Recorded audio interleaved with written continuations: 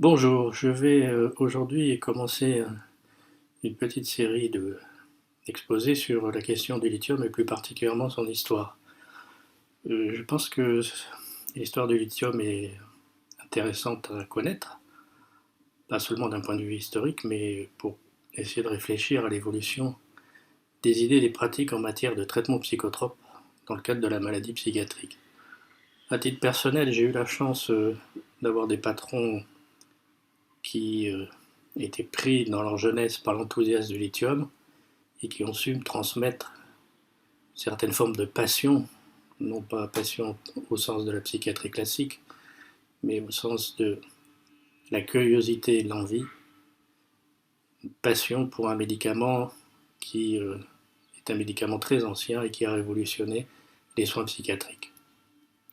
Alors, je commence donc par les questions d'historique sur le lithium et puis d'autres cours seront faits sur la pharmaco, les indications et la pratique, car je pense qu'il est très important de pouvoir s'arrêter à un bon moment sur le lithium et ses pratiques.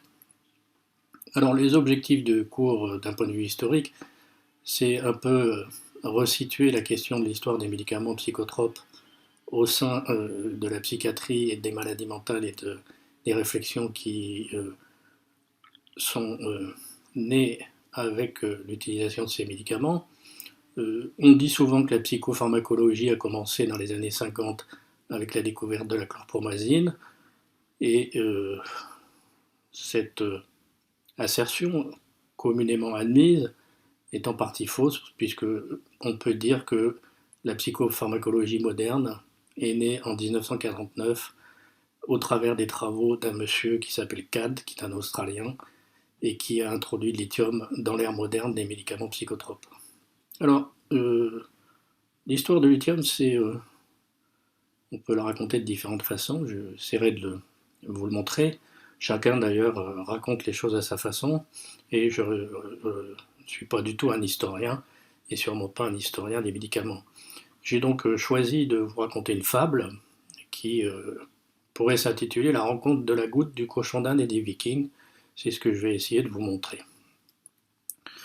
On peut, et c'est vraiment pas le point de vue que je vais défendre, choisir de traiter l'histoire de façon factuelle, telle qu'elle est représentée ici, 1817, isolation du lithium, ça c'est toute l'évolution des traitements pharmacologiques dans le trouble bipolaire.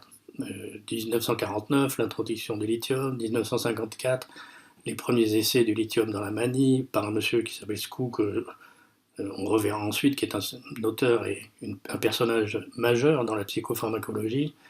1960, la confirmation des effets prophylactiques du lithium, toujours par Skou, et puis d'autres choses comme la fondation de l'American College of Neuropsychopharmacology.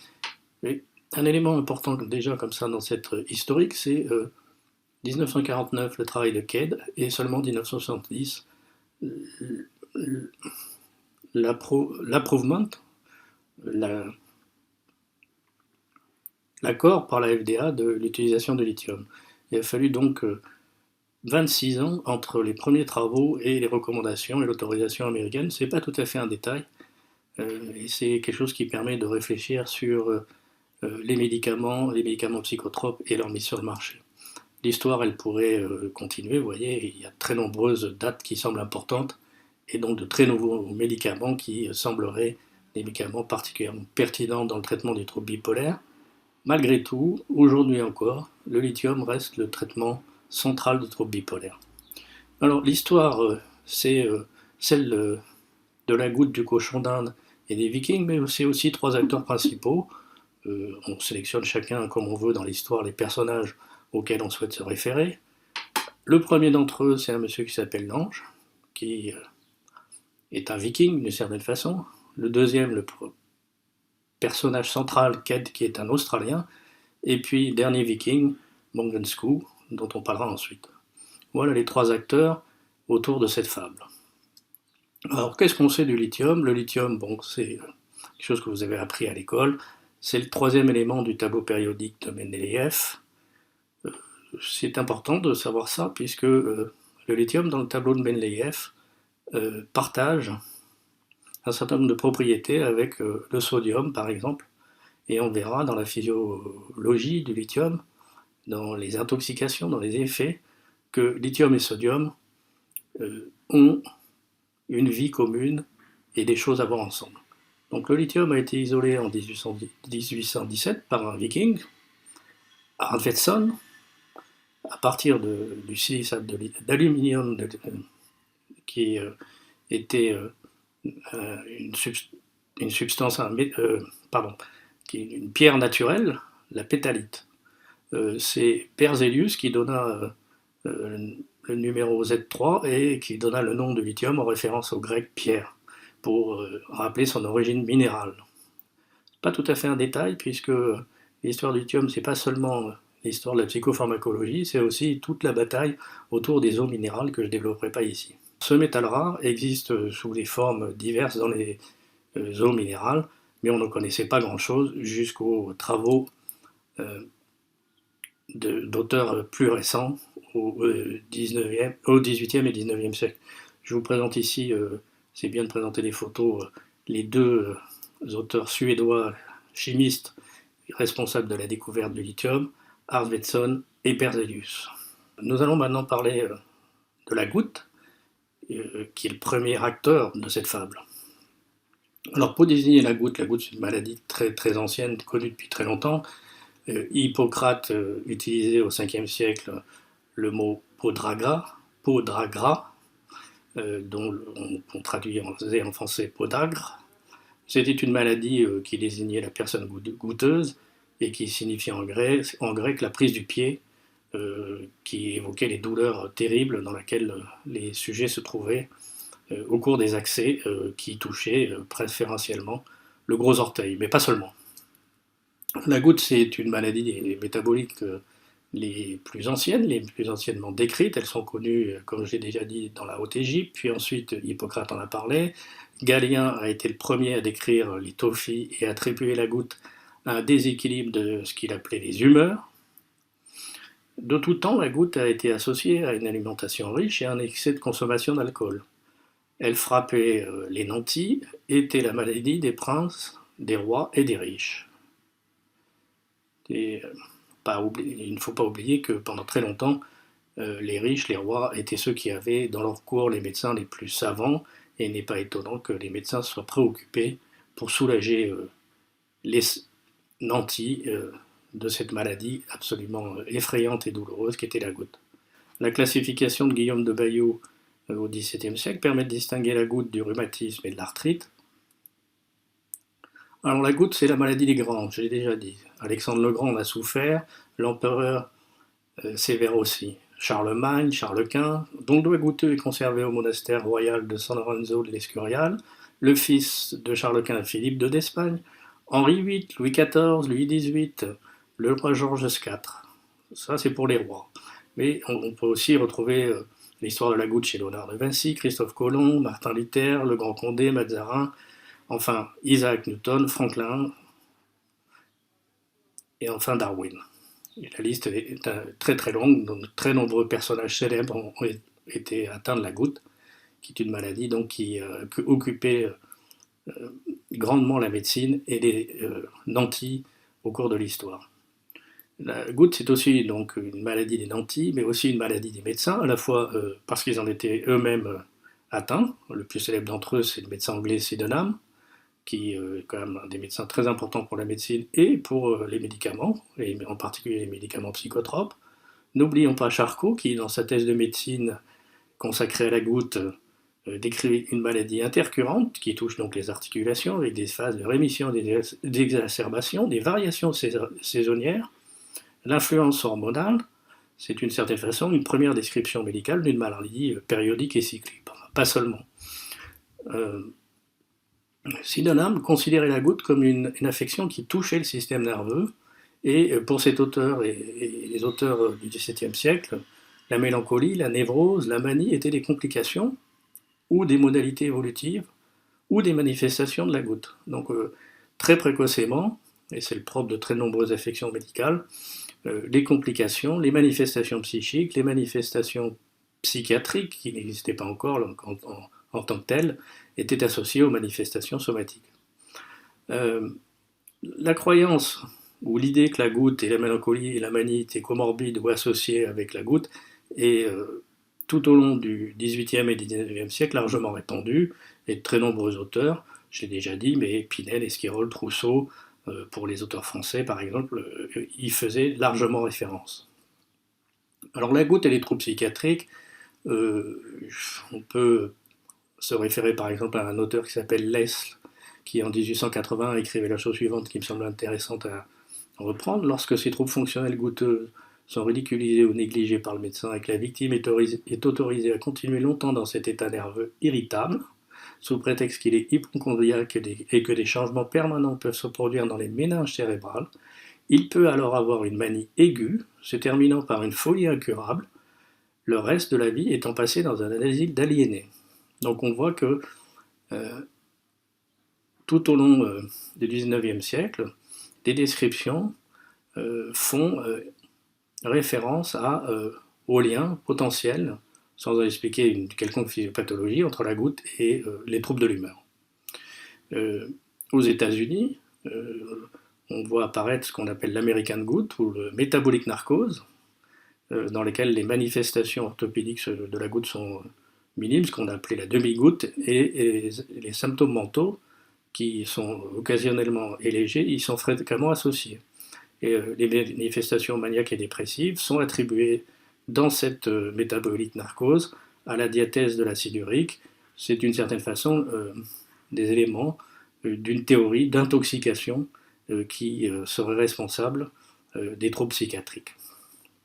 La question de l'intoxication en psychiatrie, l'intoxication par des substances endogènes, par des virus ou d'autres éléments est une question qui est récurrente. Alors la goutte et l'acide urique, bien évidemment, on doit à Achille découvrir la sigurite dans le calcul rénal et à l'anglais Wollaston d'identifier le tophus et donc l'acide urique dans le tophus de sa propre oreille puisqu'il en souffrait lui-même. Donc à partir de là, l'idée du traitement de la goutte, il y avait déjà des traitements, hein, et la colchicine était un traitement qui était déjà en vogue, était comment faire pour dissoudre le calcul d'acide urique. Dans la perspective de dissoudre les calculs d'acide urique, le lithium est apparu au cours du XIXe siècle comme un des candidats potentiels parce qu'on avait pu mettre en évidence que le carbonate de lithium était 4 fois plus puissant que le carbonate de sodium pour dissoudre l'acide urique. Un auteur comme Bitzinger en 1847 recommande son utilisation. Toutefois, l'utilisation initiale du lithium dans la goutte est attribuée à un auteur qui s'appelle Garot, qui a également noté un effet thérapeutique sur les symptômes affectifs comorbides de la goutte. Il disait d'ailleurs, parfois les symptômes maniaques surviennent dont j'ai moi-même été témoin. Le lithium, à partir de là, est répertorié pour la première fois dans la pharmacopée britannique en 1862 et dans l'index Merck en 1889, jusqu'à la cinquième édition en 1940, après quoi, on le verra, l'utilisation de lithium est interdite par la Food and Drug Administration en raison de la toxicité mortelle chez les patients cardiaques, car à cette époque, dans les années 40, on utilisait les sels de lithium pour substituer le sel dans l'alimentation des patients insuffisants cardiaques. Comme on ne connaissait pas à l'époque les dosages sanguins et qu'on n'avait pas encore mis en évidence de relation entre toxicité et taux sanguin de lithium, eh bien, de nombreux patients qui utilisaient le lithium comme substitut au sel ont eu des complications et sont parfois décédés par l'usage des sels de lithium. Alors, qu'est-ce qu'il disait, Garot? Je le cite ici. Les sels de lithium n'avaient reçu, pour ainsi dire, aucune application thérapeutique lorsque je les ai introduits dans le traitement de la gravelle urique et de la goutte chronique. Il y a environ 4 ans, je commençais à prescrire du carbonate de lithium dans le cas de diathèse urique, compliquée de gravelle et de goutte chronique. Les résultats que j'ai obtenus ont été satisfaisants. Je tiens particulièrement à déclarer qu'à mon avis, la litine ne saurait remplacer la colchique dans le traitement de l'inflammation goutteuse. Donc, effectivement, on voit que le lithium, sous forme de sel, la litine, est un traitement pour cet auteur, mais ne remplace pas les traitements majeurs. Mais elle peut toutefois être un traitement adjuvant puissant, et c'est d'ailleurs surtout dans la goutte chronique qu'elle est utile, donc pas dans le traitement de l'accès à l'inverse de la colchicine, soit pour prévenir les accès, soit pour faire disparaître les reliquats de la maladie. elle est encore très utile comme moyen prophylaxique. Et là, on souligne, c'est un élément très important, cet auteur souligne au travers de la goutte l'intérêt du lithium comme traitement prophylaxique et un intérêt moindre dans le traitement des accès aigus de goutte. On verra d'ailleurs que tout cela passe sans rappeler les effets et les potentialités du lithium dans les troubles qu'on appellera par la suite bipolaires. Alors, l'utilisation du lithium dans les troubles neuropsychiatriques, si on sort un peu de la goutte, et je le rappelle, dans la goutte, on décrivait déjà l'association entre goutte et troubles psychiatriques. On ne sait d'ailleurs pas si les grands nantis ou les grands auteurs victimes de goutte étaient eux-mêmes souffrant de troubles psychiques ou si la goutte ou leur mode de vie était responsable de ces modifications psychiques. C'est une question qui reste largement débattue. Un premier auteur important pour l'utilisation du lithium dans les troubles psychiatriques, c'est en 1870 un neurologue qui s'appelle Mitchell et qui décrit les effets anticonvulsivants et hypnotiques du lithium. Le bromure, à l'époque de lithium, était utilisé pour traiter la nervosité générale. C'est un genre de traitement de fond de pathologie névrotique. Le grand auteur qui utilise pour la première fois le lithium en psychiatrie, c'est Hammond, en 1871 à New York, qui l'utilise pour la première fois dans la manie. Ce qu'il écrit, c'est « Dernièrement, j'ai utilisé le bromure, on utilisait le bromure à l'époque de lithium dans les manies aiguës, et j'ai plus de raisons d'en être satisfait que de tout autre médicament destiné à diminuer la quantité de sang dans les vaisseaux cérébraux et à calmer toute excitation nerveuse qui peut être présente. » Alors, une des grandes questions qui s'est posée pendant longtemps, c'était est-ce qu'on avait affaire à l'effet du lithium en lui-même ou du bromure qui était un sédatif à l'époque. C'était le sujet de grand débat, mais en tout cas, c'est la première description médicale connue au cours du 19e siècle sur l'utilisation du lithium dans le traitement des accès maniaques, et donc comme traitement des accès aigus de troubles affectifs. Alors, on ne peut pas continuer cette histoire sans revenir aux Vikings, et un des acteurs principaux de ma fable, qui est la famille Lange. Alors il y a plusieurs frères. On attribue souvent à Frédéric en 1894 la référence explicite du traitement du lithium dans la dépression mélancolique, où il décrit avoir traité avec succès 35 patients mélancoliques. En fait, la fratrie Lange, c'est deux frères, Karl, qui est un neurologue, un neuropathologiste qui était plutôt intéressé par la neurologie et la pathologie, et Frédéric qui, lui, était un médecin d'asile. Enfin, leur travail, leur communication, leur vision commune a été un moment important dans l'histoire de la psychiatrie, et qui sera source ensuite de débats importants. Alors, un des frères Lang a proposé proposé sa thèse sur la dépression périodique, et sur la réponse de cette dépression périodique au traitement en 1886. Pour lui, il existait une forme de dépression, d'une certaine façon unipolaire récurrente, qu'il distinguait alors du trouble bipolaire. Ça n'existait pas le trouble bipolaire, mais de ce qui était à l'époque le trouble bipolaire. Dans l'étiologie de ce trouble de dépression unipolaire récurrente, il distinguait d'une part l'irritabilité, mais aussi des éléments qui peuvent faire penser déjà à la question d'une intoxication, comme les dépôts de sédiments uriques dans les urines. Toutefois, cet auteur, même s'il défendait d'une certaine façon l'idée d'une auto-intoxication, il n'était pas tout à fait convaincu de la place de l'acide urique dans cette dépression périodique. Même si les frères Lange, et en tout cas Frédéric, n'étaient pas convaincus de la place de l'acide urique, ils pensaient toutefois que traiter des épisodes de manie récurrente nécessitait un traitement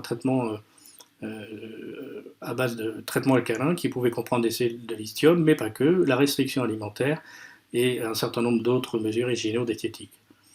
Il soulignait d'ailleurs que ces deux mesures devaient être prises non seulement pendant les épisodes aigus de la dépression, mais tout au long de la vie, et que cela exigeait du prescripteur et du patient une quantité d'énergie non négligeable. Alors c'est très important, cette description, c'était une première description d'un trouble dépressif, alors on ne va pas rentrer dans le débat tout de suite, récurrent, pour lesquels à la fois des traitements et des mesures hygiéno-diététiques, des mesures d'hygiène de vie étaient recommandés dans le traitement aigu, mais aussi dans la prévention des rechutes, ce qui n'est pas sans rappeler les recommandations actuelles dans la prise en charge d'un certain nombre de troubles psychiatriques.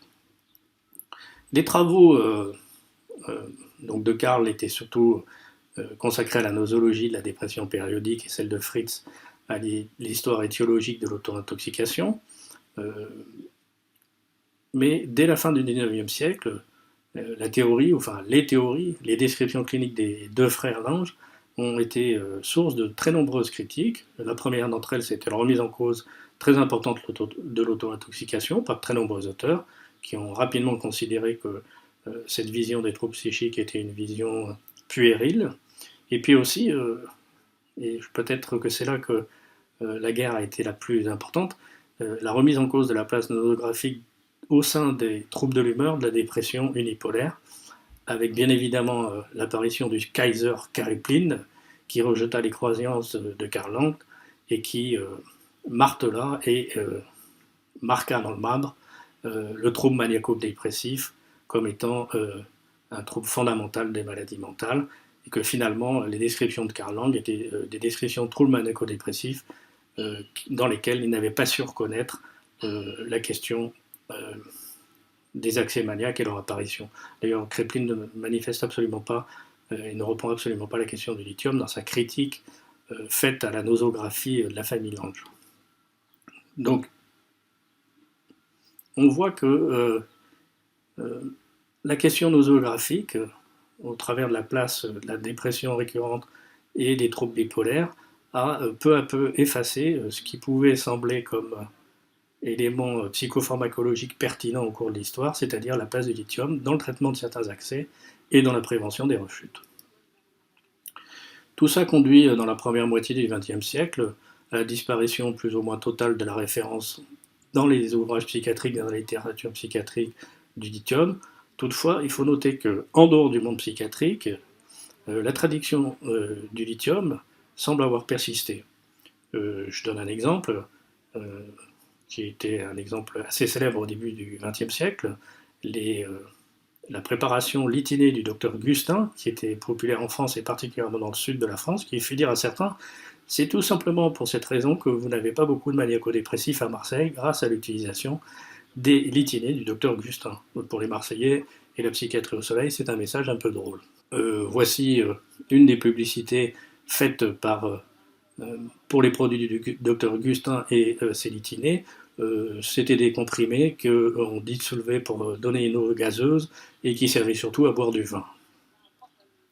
Heureusement, l'histoire du lithium va rebondir en 1949 grâce au docteur John Cade, un Australien, et nous verrons ça dans le diaporama et le cours suivant.